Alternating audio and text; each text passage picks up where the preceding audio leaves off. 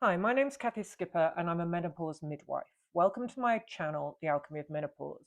In this video, I'm going to be talking about the second dimension of the sovereign woman. The first dimension, which is the physical body, and the Queen of Pentacles is in the video before this. So if you haven't seen it, I would advise you to see that first. This video is the second dimension of the sovereign woman, and it's about the mental body or the mind, and I'm associating it with the Queen of Swords. The sovereign woman, just to recap, is a woman between the ages of about 45 to 70 who fills that space between the mother archetype and the crone. So we have the maiden, the mother, and we used to have just the crone. But now, as women are living for a lot longer, we find ourselves with three and a half decades postmenopausal before we die. And a big section of that, we're still very inspired, we're creative, we have a voice, we need to get our voice out into the world, and that is called our sovereign period. Some women call it the regency period, some people call it the queen period, but it's a period between the mother archetype and the crone. Okay, so one question you could start off by asking yourselves as you sort of reflect on how you use your mind and how your mind is going to be used as you go through this period is, up until now, has my mind been my friend or my foe, or a little bit of both? The mind is part of the masculine principle, both in men and women. It's intellectual, it's our memories, it's our analytical mind. It's given reward in our society. We live in a society where the values of the mind and the intellect are rewarded. Children are tested on the mind. They get through their education mainly through the mind rather than emotional intelligence. So it's slightly out of balance with the rest of us. And that's what I think is important to reflect on at the beginning is, have I allowed myself to find refuge in my mind? Do I always go to my mind for a way of knowing about things? Um, does my mind dominate? Am I always, having some kind of chatter going on in my mind? Do I find it easy to calm my mind? All these things will give you sort of suggestions about your relationship with your mind. And don't forget, the journey towards wholeness is the journey of perimenopause towards feminine maturity. And it's about balance, finding that sacred inner union between the masculine and feminine within. And these attributes can be indications of whether or not we're out of balance in one way or another. So someone who finds refuge in the mind all the time, who's always in their mind and finds it difficult to be in the body, or difficulty coming from the unconscious, inspirational part of the self, might be more out of balance in terms of the masculine and feminine, seeing as the mind is associated with the masculine principle. So, what do I need to do so that I can use my mind, my memories, my analytical capacities to support me in my perimenopausal journey towards feminine maturity or towards the sovereign woman? How can I use my mind in a positive way? You know, the mind will often hook onto anxiety and then take the anxiety, into these ridiculous places. I'm going to die because of this or because of that, or no one's going to love me, or whatever it is. So the mind is a really good servant. So once we've had a hunch, once we know we want to do something, we felt it in our body, there's something that we need to express or create or say or do, and we feel it, then the mind can bring it into form. That's when it's being a really good servant. But if the mind leads, it can get us into trouble because it's not meant to lead. It's meant to be a servant, not a master. And when it leads, it gets amalgamated with the ego. And that's when we get fear of change, we get overwhelmed, we have all these ridiculous thoughts about what's going to happen, and we're going to be, we're going to die, or we're going to be abandoned, whatever it is. So we really want to think about the operative word, and feel into, how can the mind help us? How can we positively use the mind as one of these four dimensions of the sovereign woman? Okay. You can also ask yourself, you could journal on the ways that your mind has got you into trouble or dominated you as you've been going through your life, so that you're just aware of the pitfalls of the mind if we let it rule us. Um,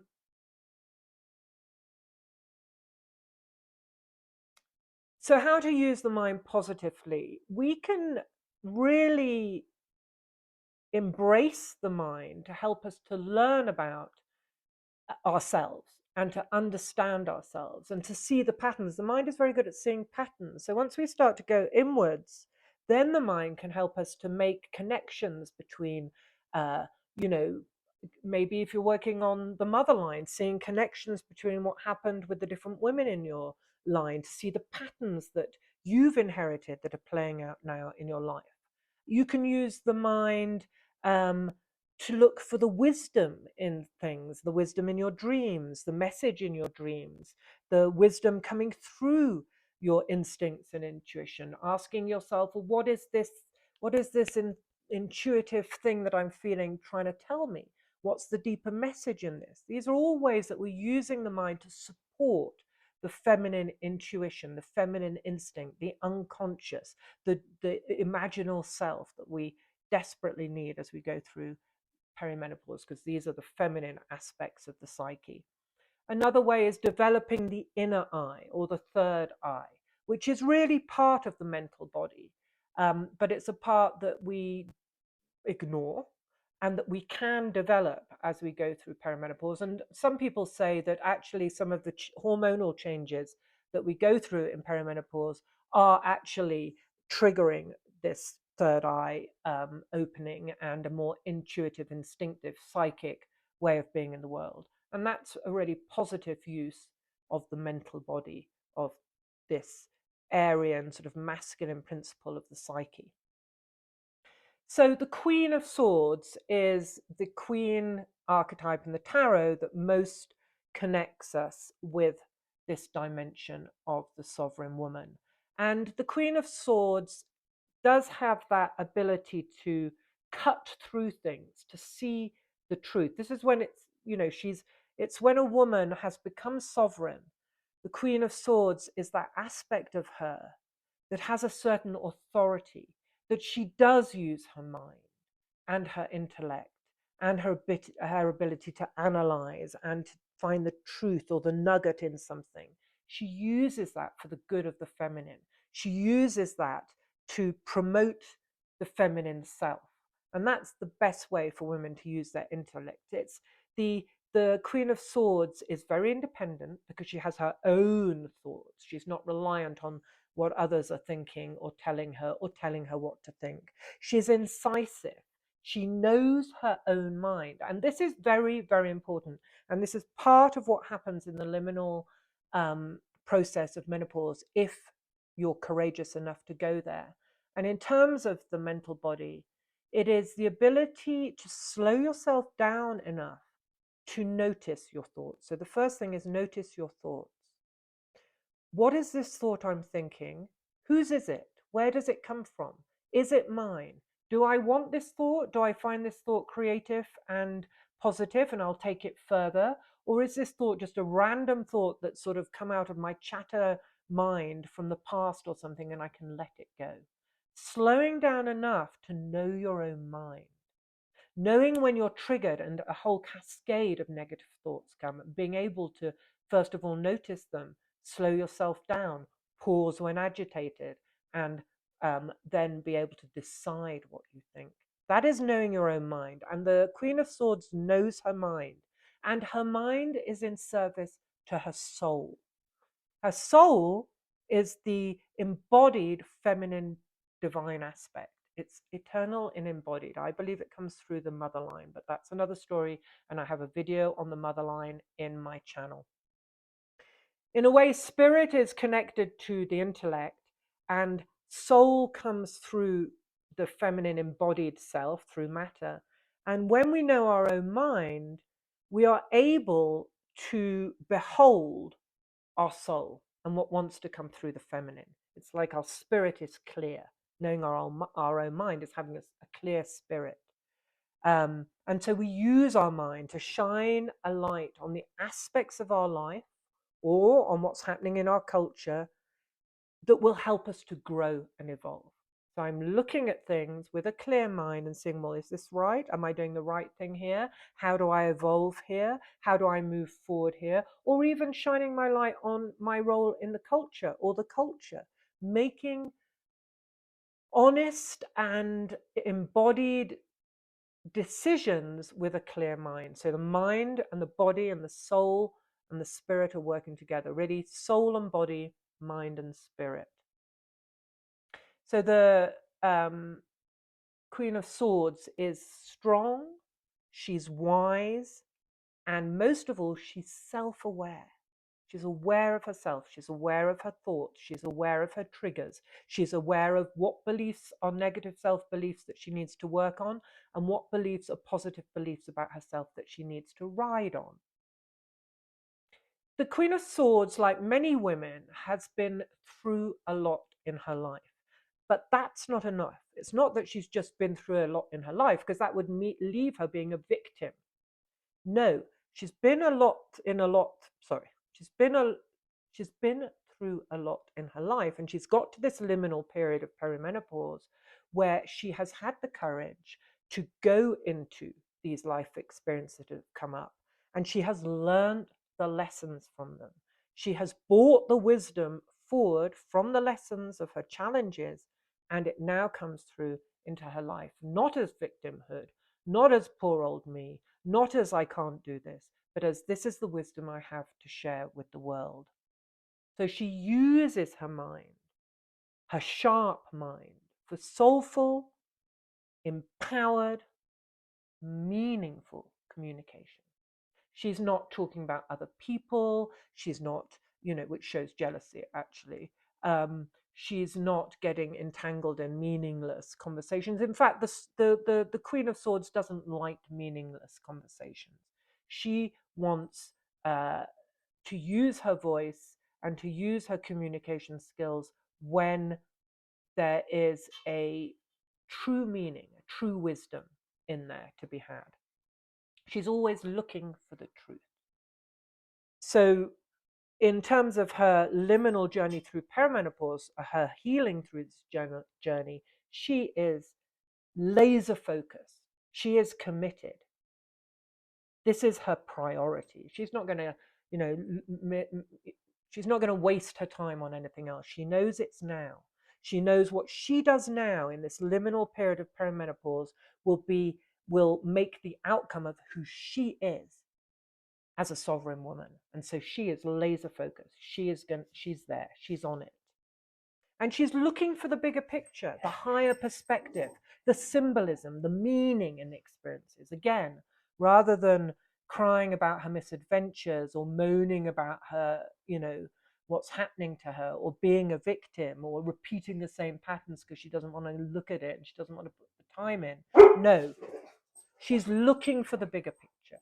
She's always finding the meaning in her journey. She's using her mind to see the patterns, to find the meaning. Beautiful use of mind. And she's accountable in that way. She is accountable to herself. She uses her mind with, what's the word, integrity. She's accountable to herself, which means she's accountable to others, which means she's accountable to the world.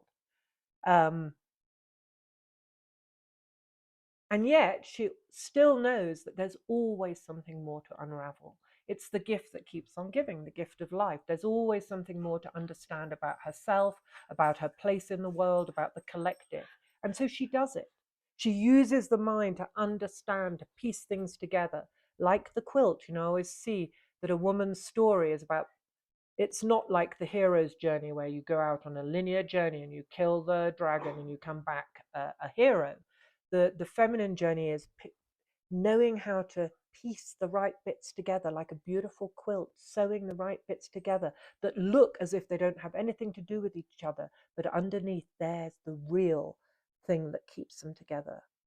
Her mind helps her do that. It's not the only thing that helps her do that, but this deep feminine wisdom enables her to see these patterns and to sew them together and make a beautiful quilt that she'll pass on to her descendants.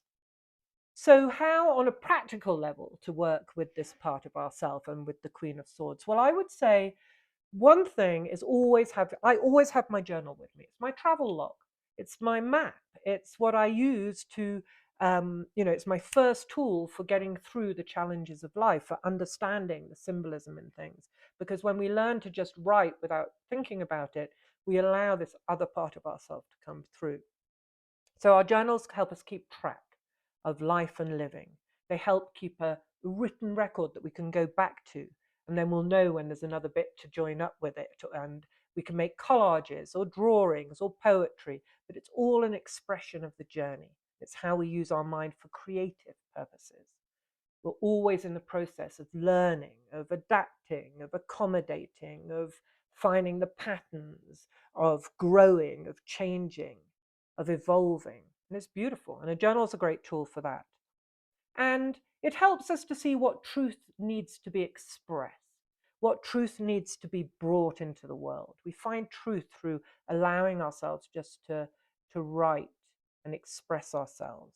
Sometimes it's good also to have a gratitude list at the end of the day, the things I'm grateful for. So instead of, if you have a mind that has a tendency to go into the negative things, what's wrong, everything's wrong, nothing's right, then you can train your mind. And one of the very simple ways of doing that is to have a gratitude list at the end of the day, or a wins and celebrations. What are the things that have been positive for me today? You're training your mind to see these and to have gratitude for them. The other way to use the mind is to have a dream journal and to work with your dream. So there's the dream. This is a beautiful example of how the mind is a beautiful servant and not the master. The master is the unconscious. The unconscious, whilst you're sleeping, doesn't have to deal with the ego or the mind or any of that, and offers you this beautiful, perfect, pure image from itself. It's come from you, this image. And in the liminal periods of life, like perimenopause, these are very, very important messages. So you get the image, and then you use your mind to work with the image. You feel into it, because we have to feel into our dream images, and then you use the mind to sort of make symbolism with what you felt and what you saw in your image. And lastly, I think one of the greatest gifts of the mind is perspective. So when we're stuck in something, stuck in menopause, I hate it. Hot flashes are awful. I feel ugly. I'm getting old. There's no future for me. This is being stuck in the mind. Everything's negative. I'm in it. I can't see further than it. It's terrible. I don't know what to do. I can't go on. I'm overwhelmed.